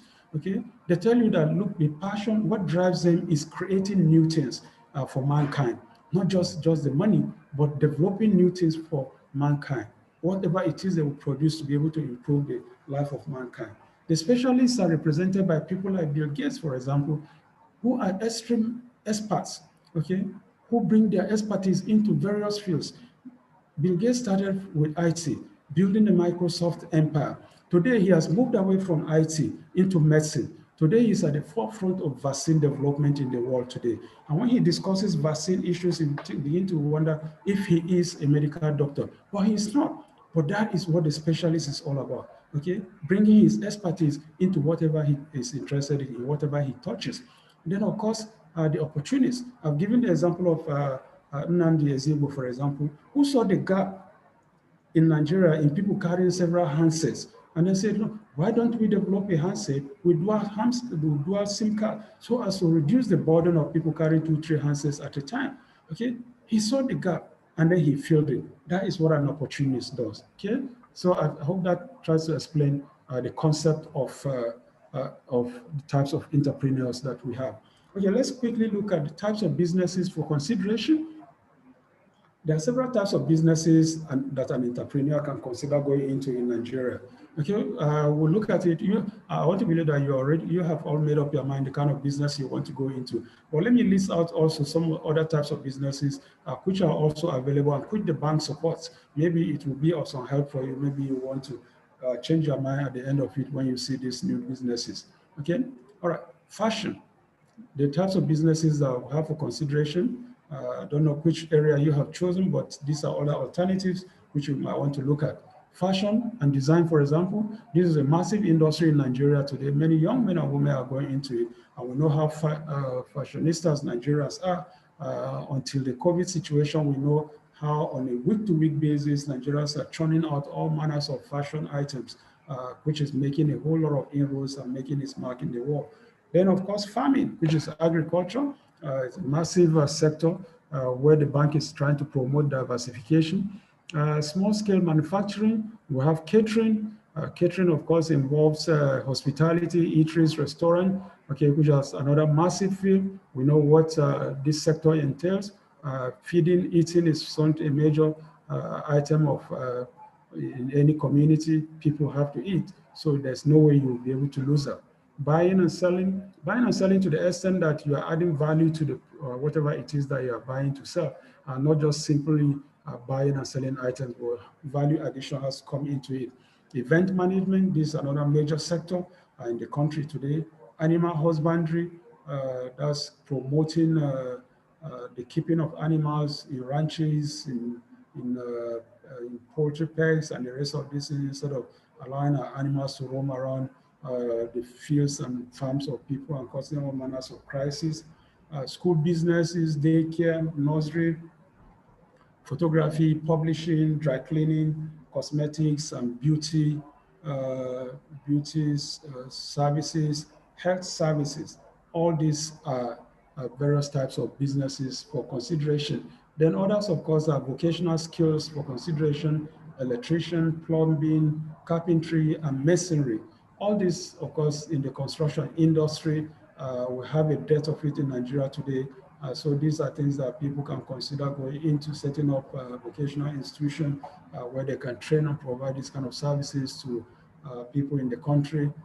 Provides major skills for our construction industry, and then, of course, sources of employment in our ever-growing and expanding construction industry. So these are various types of businesses which you might want to consider. All right, before we continue again, let's give a little break before we go to the next section. So that if you have any questions you want to ask on entrepreneurship, then you can ask the question. Okay, so we'll take 2 minutes to ask those questions.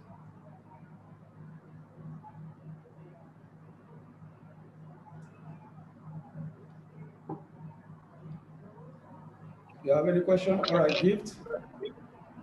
You have any question?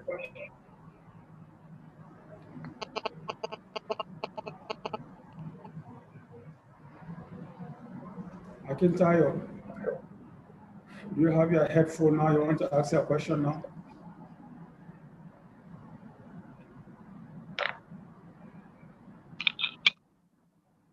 Yeah, Gift, you're back. You have a question?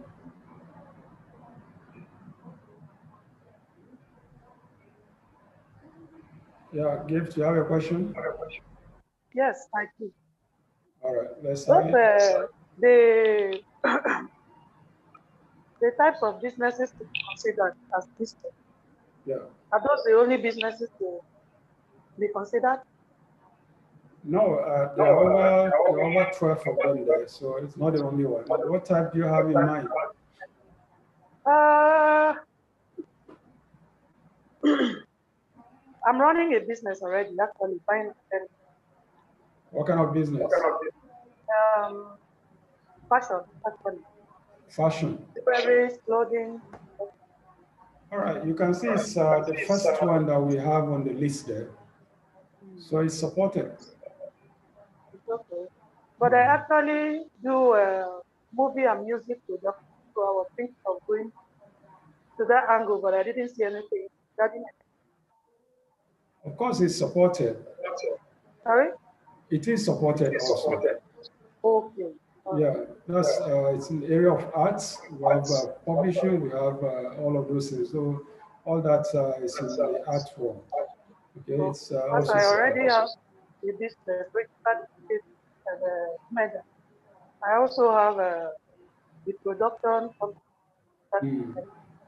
which is a subsidiary of that one. Registered CSC. Okay, we've had people who have passed through this training who are also interested in that area. Uh, and then, of course, buying the necessary material for them to be able to go into the movie industry. They are going into production, then they list out the kind of items they require, cameras and the rest of all those things, all for the movie Exactly. industry. So all those are supported. Yeah. Okay, okay. Thank Mm. you. All right. Thank All right. Thank you. Akintayo, are you with us now? Don't have your headphone yet. All right. If you're not available for now, then we'll continue with the last segment of training. So we're going to the last leg now of our program. Things to consider before going into business. What are the things to consider before you go into a business? Before you go into a business, do you do some feasibility studies, or do you just simply because your friend is into that line of business and you simply jump into it? Tomorrow, my colleague will come in and he will be discussing in more details feasibility studies and business plan, how to do all of those things. But for today, we'll just brush over quickly and look at some of the basic things that you need to do if you are going, before you go into any business, okay? You don't, because Mr. A is in this line of business, then you also go into it. There are certain things that you have to consider. And those are things that maybe that friend of yours did go through before he also went into that line of business. So first and foremost, you need to know, you need to ask, is there a demand for the business? Is there a demand for that particular business that you want to go into? Is there a demand for that particular business you want to go into? Okay. Many businesses fail simply because the entrepreneur set a business that sold products and services that people don't need. Okay. If you don't do your basic feasibility studies, you don't do your market survey, and you just work on the assumption that because Mr. A has succeeded in this environment, you can also do the same in your own environment, you might run into problem. You might go into producing some products and services that people don't need. Okay, so you need to know if there is a demand for that item. Okay, some set up a business that produces or sold items that people want but cannot afford. Yeah, I just gave the example of somebody who comes to an environment and sees that people drink water from the stream, and then he decides to dig a borehole. These are products, the potable drinking water is a product that people in that environment want, but can they afford it? They can afford it on one condition. If he produces it and sells to them at a cheap rate, like a bucket of water, he sells at 10 naira per bucket, okay, by providing so many tap heads where you can come, fetch your water, a full bucket, you pay 10 naira. But where he chooses to in setting up the borehole, decides to process the water into sachet water or bottled water, then there might be a problem. Because the sachet water, you might be selling that same sachet water at 10 naira, and then the bottled water at 100 naira. You will find that people in that community, in that environment, might not be able to afford it. Because if it's 10 naira per bucket, it will be easily affordable. But if it's 10 naira per sachet, of course, it becomes a problem. Because while they might want to rush the 10 naira a bucket, they will not be able to. You can imagine how many sachets they will require to be able to fill the bucket with 10 naira. So you might decide to go into production of a product. The people will want it, but they cannot afford it. So you need to be able to do your market survey to make sure that what you are producing is something that is affordable. You need to ask the question, are there other people doing similar business, or are you bringing something new to the table? Are you bringing something new, or you simply just want to join the bandwagon? Okay? If there's already an existing business and you're not going to bring and introduce anything new, then just stay away from that business. Okay? If you are starting a business in an area where the market is already saturated, the business might fail. Okay, you find yourself struggling. You come to an environment, you find out, look, they already have a bakery selling bread here, and you decide to set up the same bakery. Unless you are coming to introduce something new about your own bakery, you might struggle. Okay, so you need to be sure that whatever it is you are introducing, when there is already an existing business, then if not, then you might run into some kind of challenge. It is important that you do some research to find out areas where the competition is not properly serving the customer, and then position your business to fill that gap. Okay, so it's important that you do that research. Okay, so that whatever it is you are bringing in, you are sure that the competition is not satisfying that segment of the market. As an entrepreneur, you have to work hard to differentiate your product and bring something different to the market that no one else has ever seen. That is your USP, your unique selling point, or your unique selling proposition. What I'm saying basically is that, look, if you are already, if there is an existing business already, and you want to come and bring along the same kind of product, then there must be something that differentiates your own product from what is already existing. If not, you might run into some major problem. You must come with something that is unique to your own product. Okay, I'd like to give the example of the experience of Peak and then 3 Crown Milk in Nigeria. We all know that the Peak Milk is the oldest brand of milk we have in the country. Okay, it's been in this Nigerian market for so long. And of course, the Peak Milk, as we have always known, it comes in the form of tin and also vaporized. That's liquid tin. As at the time we're talking about, it was selling at 50 naira per tin. Okay, and if you bought it, then of course you have to either use it at that very day, or if you have means of refrigeration, and then of course you put it in the fridge to be able to use the next day. Okay, and then suddenly comes into the market the 3 Crown Milk.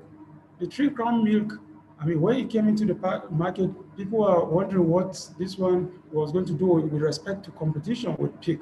But what it did was that it did its own market survey. It came with its own unique selling point. It decided that, look, what we can do to challenge Peak Milk in the market is to come with some little difference. And what is this difference? They decided to come with sachet milk, powdered sachet milk. Okay, selling at 10 naira per sachet. Selling at 10 naira per sachet. Okay, and then of course, when it came into the market, it was able to satisfy a specific segment of the market. That's a lower segment of the market that could not afford the tin milk at 50 naira per tin, and did not have the means of refrigeration, okay, the energy and then the means of refrigeration to keep the milk overnight. Okay, so and at 10 naira per sachet, it was pretty cheap, and it was able to satisfy the requirements of that segment of the society. So the low-income earners started patronizing it with leaps and bounds, and in no time, it took over most of the market segment from Peak Milk. Today, as we know it, most of the milk in the country, milk companies, dairy companies in the country also have their own sachet milk and sachet powdered milk. Okay, so even the Peak Milk as we know it today has its own sachet powdered milk. So with almost all the other types of milk that we know in the market today. Okay, so 3 Crown Milk came with its own unique selling point. Okay, it came in a sachet, and in a powdered form, it was selling for 10 naira per sachet. So that is a differentiation. That's something that differentiated it from the regular peak milk that came in a can and was selling for 50 naira, and you have to have refrigeration to be able to preserve it. So finding out what makes your own business stand out is critical to the survival of an enterprise, okay? So whatever it is that you want to go into, make sure that you have something that makes your business unique, okay? Right. So things to consider before going into business, determine what needs are there. What are the needs that are out there? You need to determine what the needs are out there. What businesses exist to satisfy those needs? Okay? If there's no business currently satisfying the needs, it could mean that no one has thought about the business.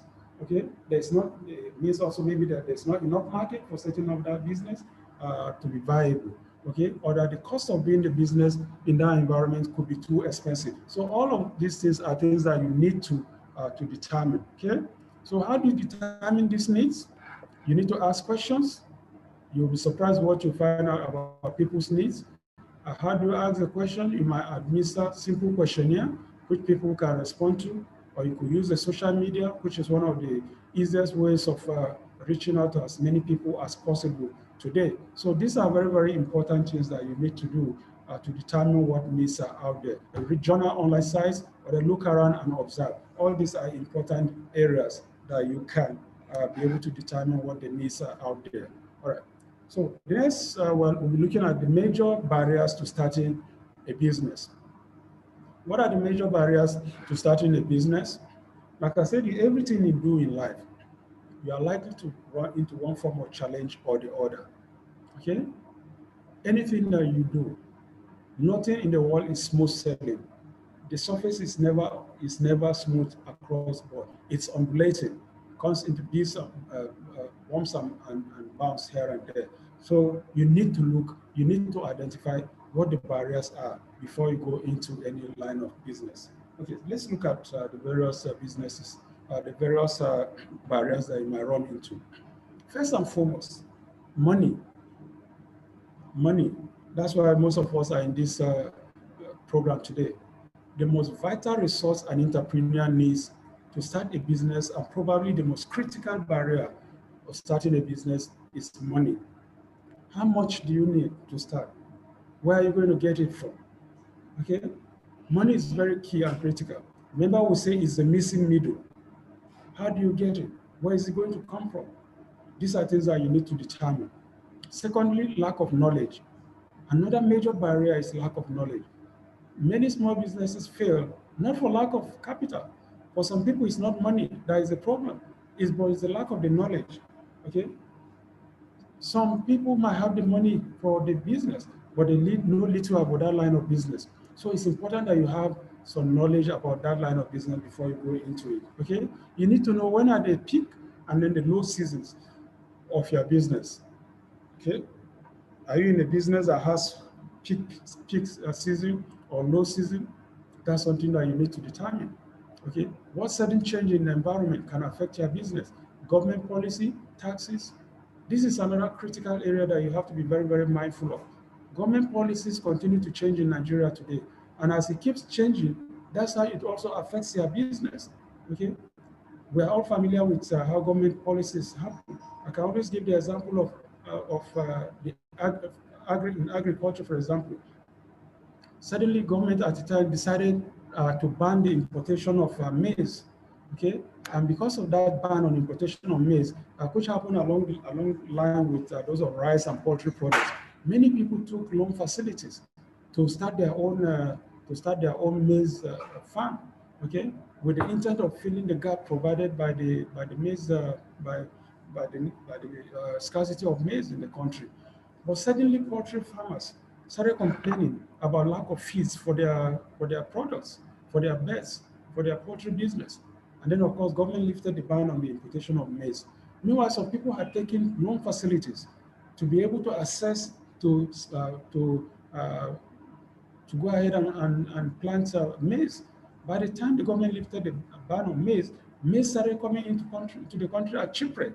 Those that had to borrow from the bank at high interest rate were found themselves, when they harvested, to be with maize that they could not sell and then be able to make profit, for them to be able to pay back their loans. Okay, that is a major challenge. So you have to be very, very cautious of government policies. We're also aware of government's policy change in the area of taxes and taxation. Okay, sudden change in the tax policy led so many people to losses. The VAT has increased from 5% to 7.5%. Stamp duty has moved from 5% to 6%. So all of these things, if you are going into business in Nigeria, you have to be very, very cautious and then pay a lot of attention to government policies. Okay, on a day-to-day basis, all sorts of changes are happening. Okay, are your products perishable?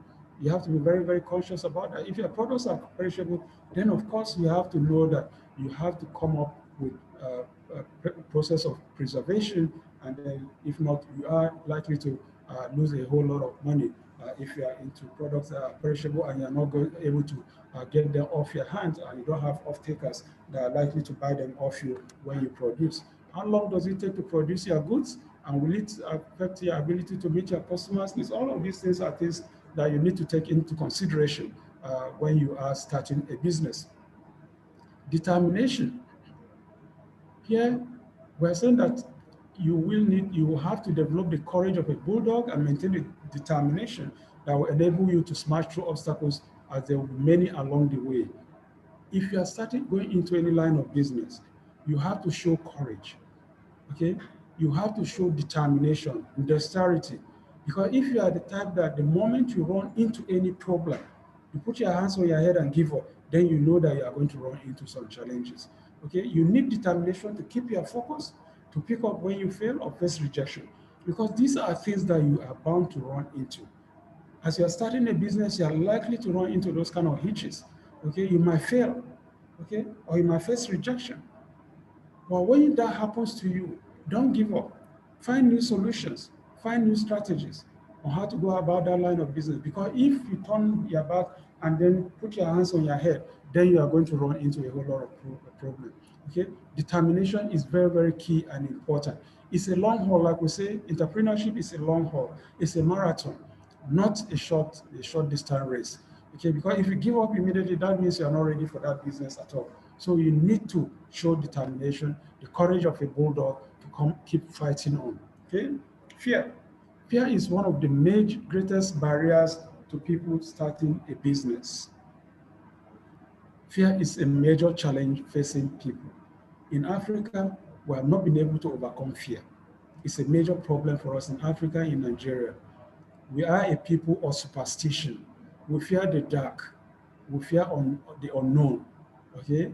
And that is why you find people today perpetually are not able to take the risks that are there to take in businesses. They are scared. Okay? They ask the question, what if I fail? What if I make a fool of myself? What if I'm rejected? This is an unknown area. So what if you fail? So what if you make a fool of yourself? That is about you. People like Bill Gates, like Thomas Edison, all of them had their fears, had their own challenges, but they were able to overcome it.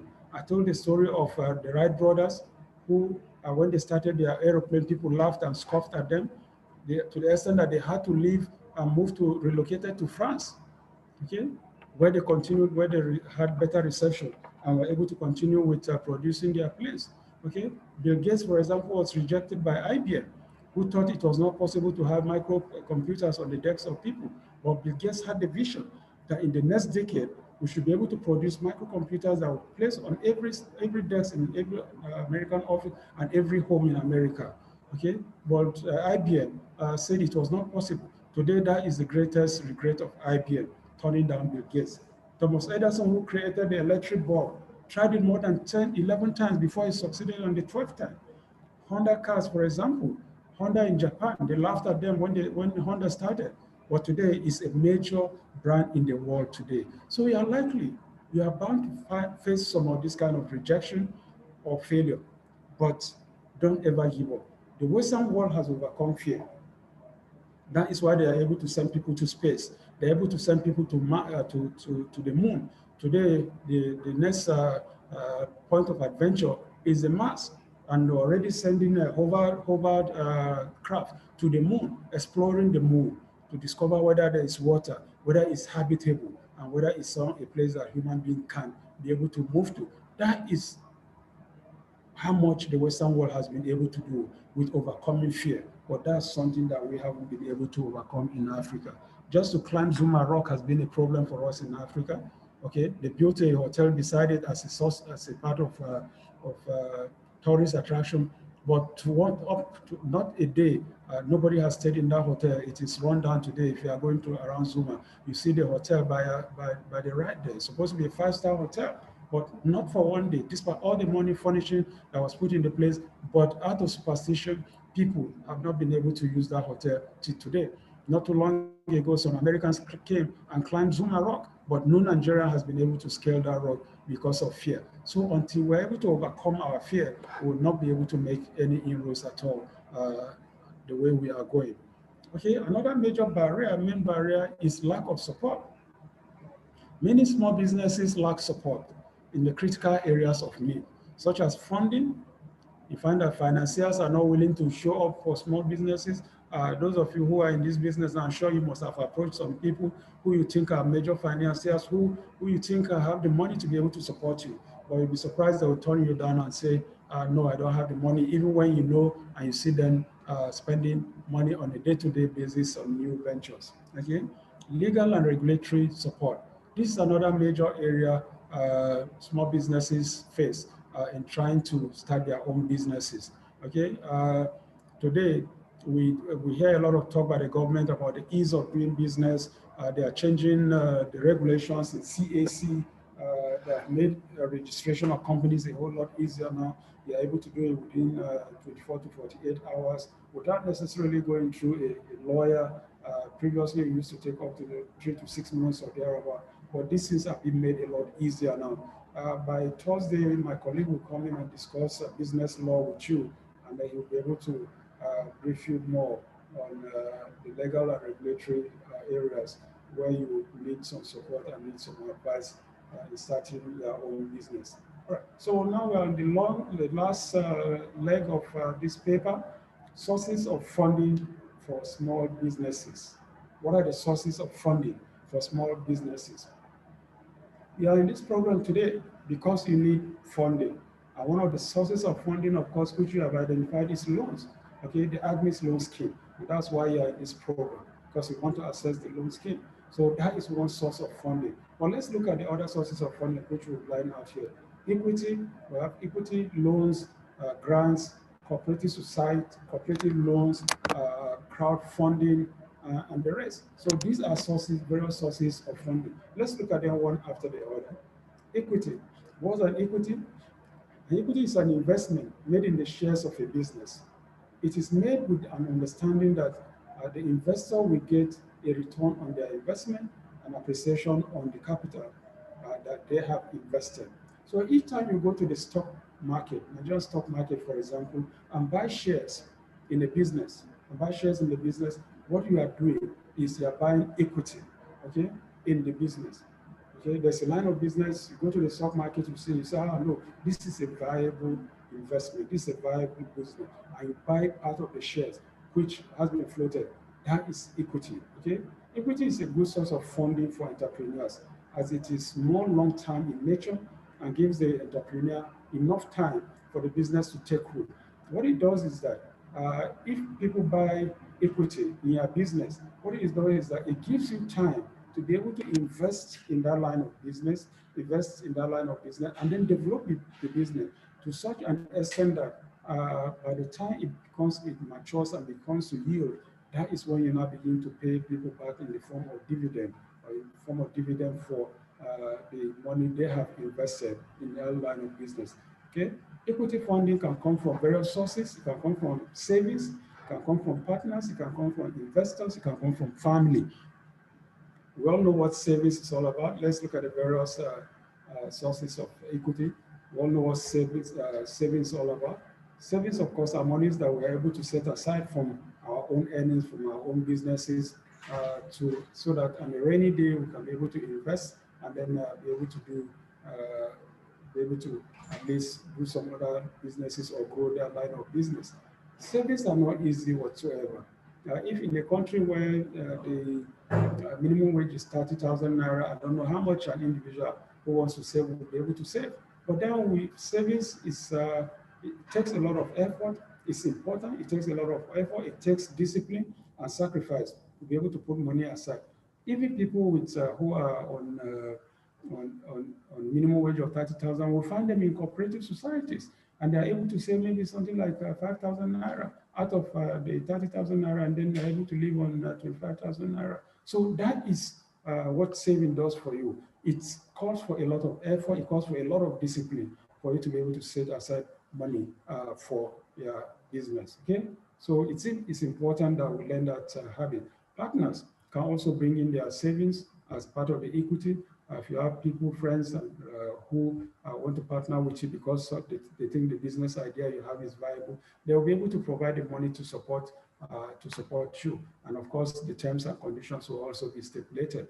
Investors, of course, are also people who put their funds into something in order to get money in return. It's also basically the same as equity. When we talk about equity, we're talking also about investors. Then angel investors. These are wealthy private individuals who invest in business in exchange for some equity in a business. Okay, when you say angel investors, it means that these are people who are very wealthy, well-to-do within the community, who have made their own money from their own businesses, who want to support and mentor young entrepreneurs by providing them some funds and then mentoring them, advising them on how to go along that line of business. Okay, the whole essence is not so much in terms of making quick money, but in trying to see how they can also be able to build and mentor these young entrepreneurs until such a time when the business takes full root before they also begin to benefit in the form of equity returns on their equity. So that's what angel investors do. Then family and friends. Family and friends are usually the first source of investment for most young startup businesses. I want to believe you also had that experience. Most times when you have a business idea, the first set of people that you go to are your family members and friends, not the banks. The banks will come maybe much later. By the time you have exhausted your family and friends, you met your uncles, your parents, and all of that, and then they have provided money, and then it's not enough. That's when you begin to think about going to the bank.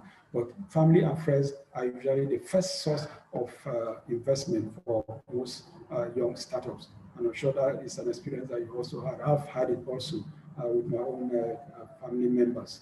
Okay, loans. Of course, we've talked about loans already.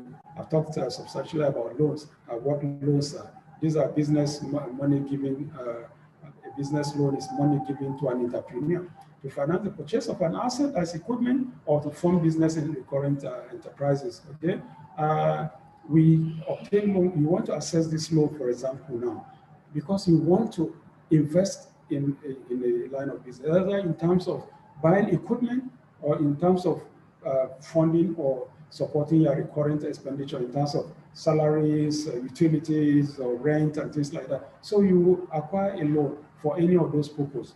A loan can either be interest-bearing or non-interest-bearing. Okay? Some loans are interest-bearing, others are non-interest-bearing. In the interest-bearing loan, the borrower and the lender agree on the rates. Okay? The loan is tenured for a specific period. At the end of the tenure or maturity, the borrower must repay the loan to the lender together with the interest that has accrued. So for this Agsmeis loan scheme, for example, this one is an interest-bearing loan because ab initio you've been told that there is an interest on this loan of 9%. It is tenured. That is, it has a maturity period of 7 years. Okay, so we are expected that in 7 years, you pay back the loan at 9% interest rate. So at maturity, you have to pay back both the principal and then the interest. That is an interest-bearing loan. Then there are others that are not interest-bearing.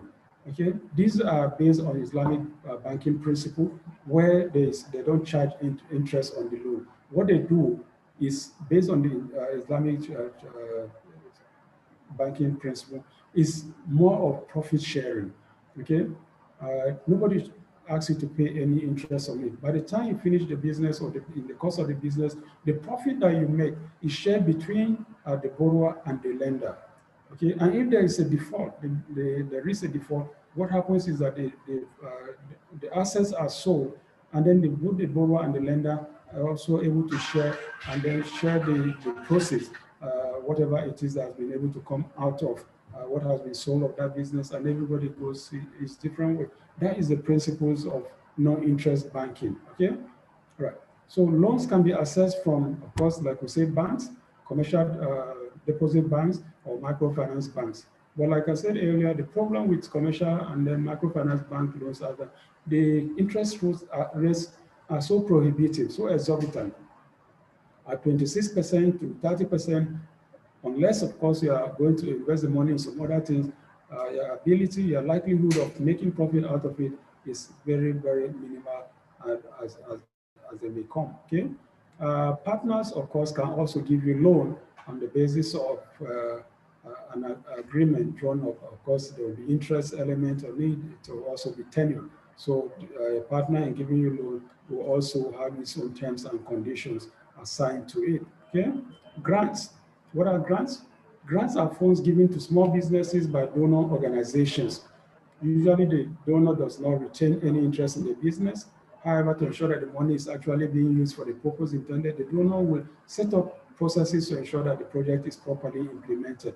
What donor organizations do basically is, if they are interested in a particular line of business which you are pursuing, an entrepreneur is pursuing, they will come in various forms. They can come by giving you maybe equipment, advisory services, okay, or in some instances provide you the funds. And for you to be able to access the funds, you have to be able to meet certain conditions. And then they will be there to guide you, to assist you, to advise you on the things to do, okay? But they don't expect the money to be returned to them. But they insist that how the money is accessed and how it is utilized is properly monitored, okay? So, and then of course, generally donor organizations are predisposed to giving small businesses that are involved in social enterprises, things that are beneficial to the community, to people within a given environment, to a targeted segment. So we find that most of their grants go maybe to NGOs, faith-based organizations, and the like. Okay, so that is a component of what donor organizations do. Grants can be given by government organizations, given by government organizations, development partners, family trusts, not-for-profit organizations, and wealthy individuals, okay?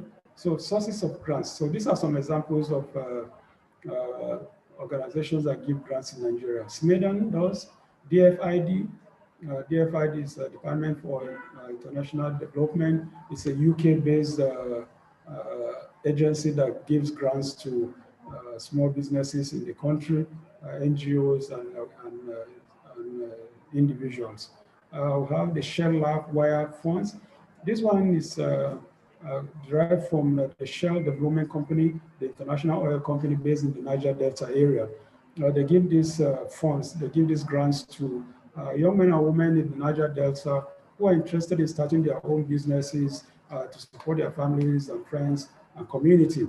And one of the targets of this Shell Life Wire Fund is to be able to take as many as possible young men who are involved in all manners of disruptive activities in the Niger Delta area and bringing them into legitimate jobs and assignments and businesses. So it has gone quite a long way in helping people redirect their lives in the Niger Delta area. The T.Y. Andromeda Foundation, this was very, very popular in the Northeast zone where the conflict of insurgency has been raging for the past 10 years. T.Y. Andromeda Foundation has been able to provide the IDPs in these locations with school materials, feeding materials, health services, and a host of other things to support people within that troubled environment in the Northeast region. Then Bank of Industry, NTM Foundation, all these are sources of grants in the country. Cooperative loans. Cooperative loans are very, very popular in Nigeria. Almost every organization that you go, you find cooperative societies. These are an independent group of people in organizations, ministries, departments, and agencies, private sector organizations who come together to offer mutual support and cooperation to each other. Okay, almost every organization that you go, you find such cooperative societies. So individuals within these cooperative societies, they contribute their money, no matter how small. You assign for yourself what you want to contribute on a month-to-month basis, and it's taken maybe from your salary. And these funds are used to either fund the activities of the cooperative or to give out loans to fund individual businesses of interested members of the cooperatives, and not even non-interested members. It's just that the interest rate is different for those who are not members of the cooperative societies. And many members of the cooperative and non-members have been able to use such funds to maybe pay the school fees of their children, pay their rent elements, maybe buy cars and things like that, or start their own businesses. That is what cooperative society loans have been able to do for people in the country, and it's quite a commendable initiative by individuals. And we know that cooperative society, most of which started in the Southwest, have gone to be major banks in the country today. The Cooperative Society of Nigeria, one of the first major cooperative societies in the Southwest, is a major bank today in the country. And many of them have metamorphosed to become microfinance banks in the country currently. And most of them also aspire along that same direction. Okay. Finally, crowdfunding. Crowdfunding is a new technique, a new initiative across the world. And it is based on internet raising funds from individuals through the internet. They call it crowdfunding. So what happens is, as an individual and entrepreneur, you have a business idea. What you do is you float the idea, you pitch it on the internet, on any internet platform. And then of course you invite people to also buy into the idea. And many of them are able to bring money into that platform for you to be able to produce that product. And as it benefits and as it generates profit, those who contribute to it are able to also earn some proceeds from it. Okay. We have also, we know that many of them have become major enterprises and major companies in the world today. Organizations like the Alliance M Global, and then Alliance, which is this Filipino-based business. Of course, where you have people bringing in orders as downlines, and as you are bringing in people, they are buying into their products, they are paying you for the people you are introducing. So it's a downline kind of business. And then they have products which they sell on the side. Products like health supplements, equipment, games equipment, and a host of other kinds of products. Most of the supplements are health products, which are very, very popular. So we have the Alliance products, we have Forever products. All these are part of crowdfunding projects. Another popular one, of course, is the crowdfunding, which is involving all manners of enterprises today. Okay, some of it's games, for example, gaming business. They are into all manners of sales of vehicles and all of that. They're involved in selling of hotel rooms and all of those things, all manners of businesses. And unfortunately, some of them also have turned out with Ponzi schemes like the MMM, where people have lost money. So if you want to go into any crowdfunding business, it's something that you have to do a whole lot of due diligence to make sure that, yes, this is a viable business that you can go into. All right, so we've come to the end of this paper. It's taken us up to, over an hour plus. I want to thank you immensely for being a part of the topic for today, sharing your time with us, and we hope you are able to benefit from it. So we'll open the class now. If you have any questions, please feel free to ask your question before we wind up for the day. I know the time is fast spent and you have other businesses to go into. So if you have any question, please feel free to ask the question. Thank you very much. Thank you for staying, being patient, staying all through. Today I know it's been quite challenging, but we appreciate your presence. Same also to Akintola. Blind Mohammed, he says his battery has gone down, he's gone to charge. Unfortunately, he's not going to meet us today again. All right, so thank you very much. If you have any question, please feel free to ask. Gifts, you can see our muted.